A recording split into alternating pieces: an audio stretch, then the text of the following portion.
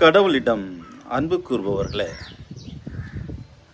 அதாவது அவரது திட்டத்திற்கு ஏற்ப அழைக்கப்பட்டவர்களோடு அவர்கள் நன்மைக்காகவே ஆவியார் அனைத்திலும் ஒத்துழைக்கின்றார் என்பது நமக்கு தெரியும் என்று திருத்தூத பவுல் ரோமருக்கு எழுதிய திருமுகம் 8ஆம் அதிகாரம் இறைவார்த்தை 28 கூறுகின்றார். இந்த வசனம் நமக்கு ஒரு ஆழமான நம்பிக்கையை அளிக்கின்றது.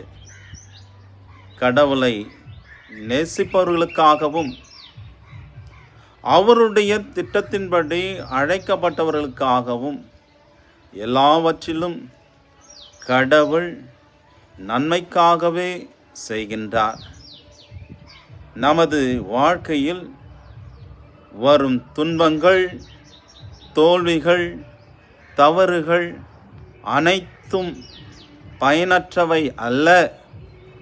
அவற்றின் வழியாகவே கடவுள் நமக்கு கற்றுத்தருகின்றார்.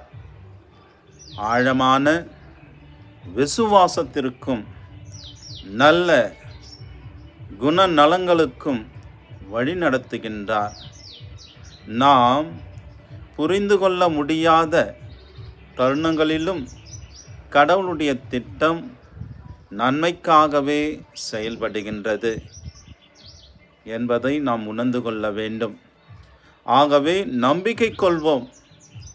துன்பங்களும் ஆசீர்வாதமாக மாறும் நேரம் வரும். அந்நேரம் வரை அமைதியோடு நம்பிக்கையோடு வாழ்வோம். God bless you. Have a good day.